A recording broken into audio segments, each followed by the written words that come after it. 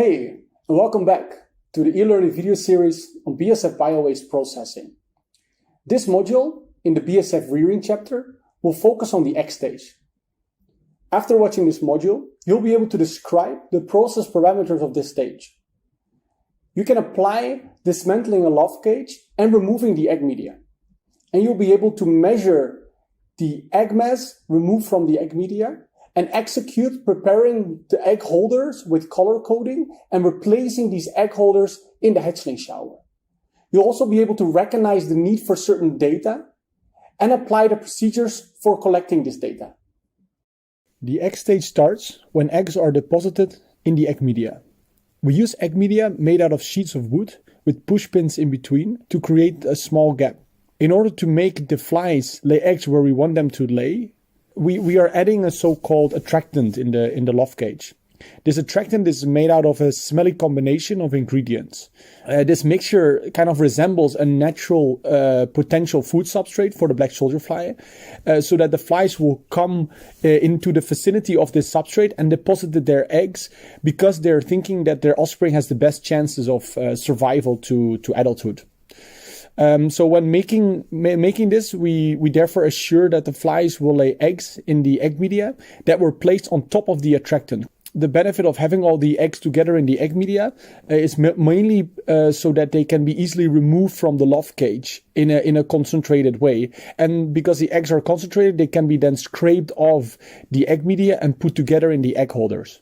We use the egg holders so that the eggs are placed inside the mesh of the egg holders and have the least amount of surface area contact with the holder. And this is because we observe that the young larvae are rather disoriented when they hatch from their eggs, and they do not notice the direction that they have to go to find the feed substrate. So therefore we ensure that if they are in this teeth trainer, as soon as they hatch, they fall directly down into the feed substrate where they can start feeding. We reduce thereby the potential number of larvae wandering off and potentially dying. So after we remove the eggs from the loft cage in the eggs media, they will be scraped off and be prepared to be placed in the egg holders, as we mentioned before.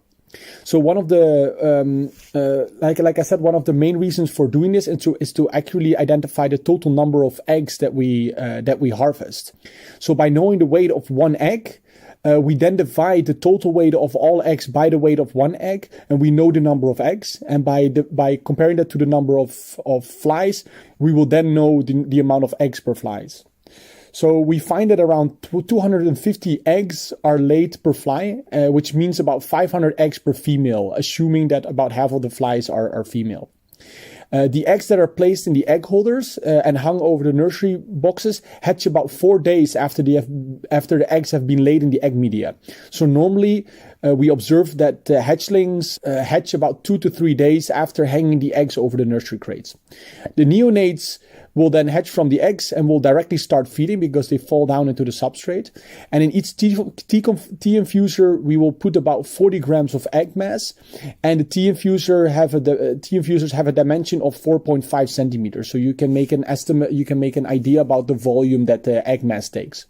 And the expected mass of the eggs that we use to calculate the number of eggs with is around 0.0291 milligram for one egg. So before we go into the operational video, here again an overview of the required materials for the operation of the egg stage. So first we remove the egg media from the loft cage, and we use this egg scraping and moving tool to remove the eggs and place them into a cup so that they can be weighed. For weighing the eggs, we use a precision balance with a max weight of 2 kilograms and accuracy of 0.01 grams.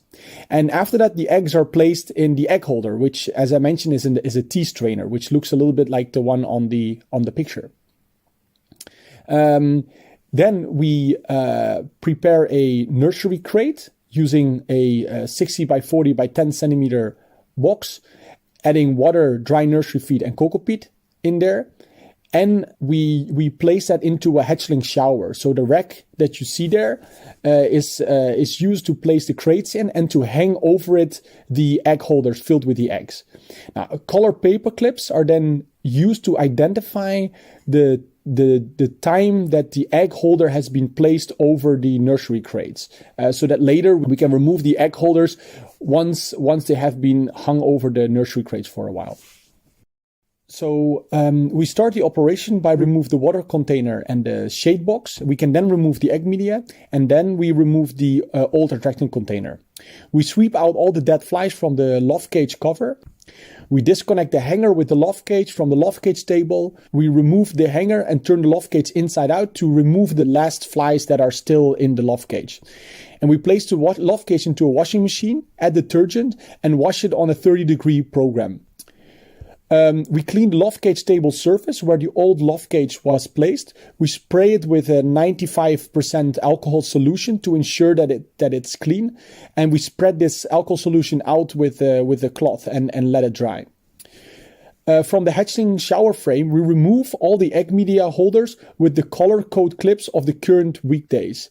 So egg media holders are marked with a string or a paper clip that has a specific color, according to the day that they were put on the hatchling shower. Now, following, you can take 10 eggies that you remove from the dismantled loft cage and carefully open the wooden sheet of the first egg media by removing the 2 rubber bands on each end. Use the tweezers to carefully scrape off the eggs on both sides of each of the 5 sheets, making up one of the egg media. You collect the eggs in a small bowl and repeat the process for the 9 other egg media and for potentially the other egg media from the loft cages. Make sure that you separate. If you have multiple loft cages that you dismantle on one day, make sure that you separate between the loft cages so you can still measure the amount of eggs that you have collected per loft cage. You weigh the total collected egg mass from all eggs removed from one loft cage and divide the egg mass up in portions of 40 grams. You can repeat this process, ensuring that the amount of egg mass is max 40 grams per holder and that the amount added to each holder is the same. Following, you can prepare the hatchling container. Each hatchling container replaces the previously set up hatchling container in the shower rack. For each hatchling container, you produce a 3 kilogram mixture, which in our case is a combination of 30% dry chicken feed and 70% water. You have to make sure that you stir the mixture until it's become a homogeneous substrate and you don't have any clumps of chicken feed in there anymore. Fill the hatchling container each with the 3 kilogram mixture and cover the hatchling container with dry and sieved cocoa peat or for example wheat bran to avoid the loss of moisture from the substrate.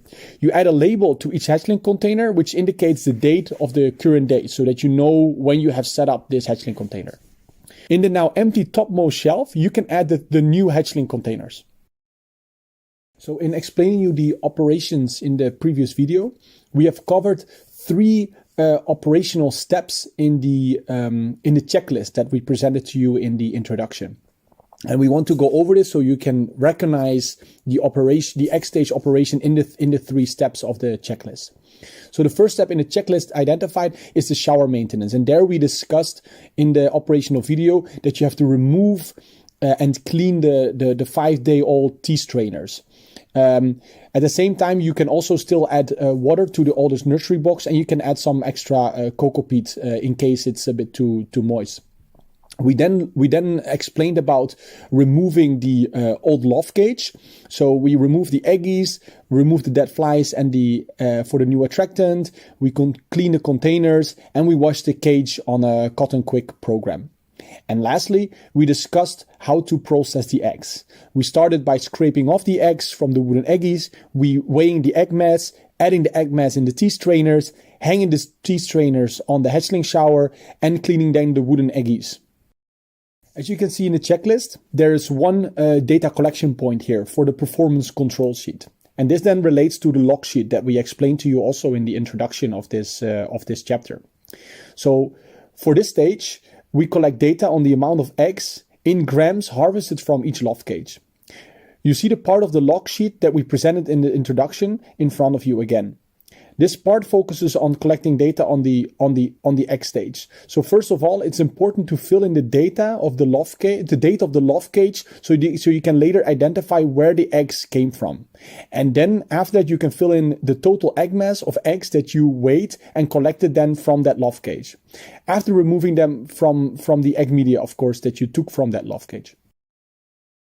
So we've now almost come to the end of this module on the egg stage, and it's time for some quick refreshing and a Q&A session.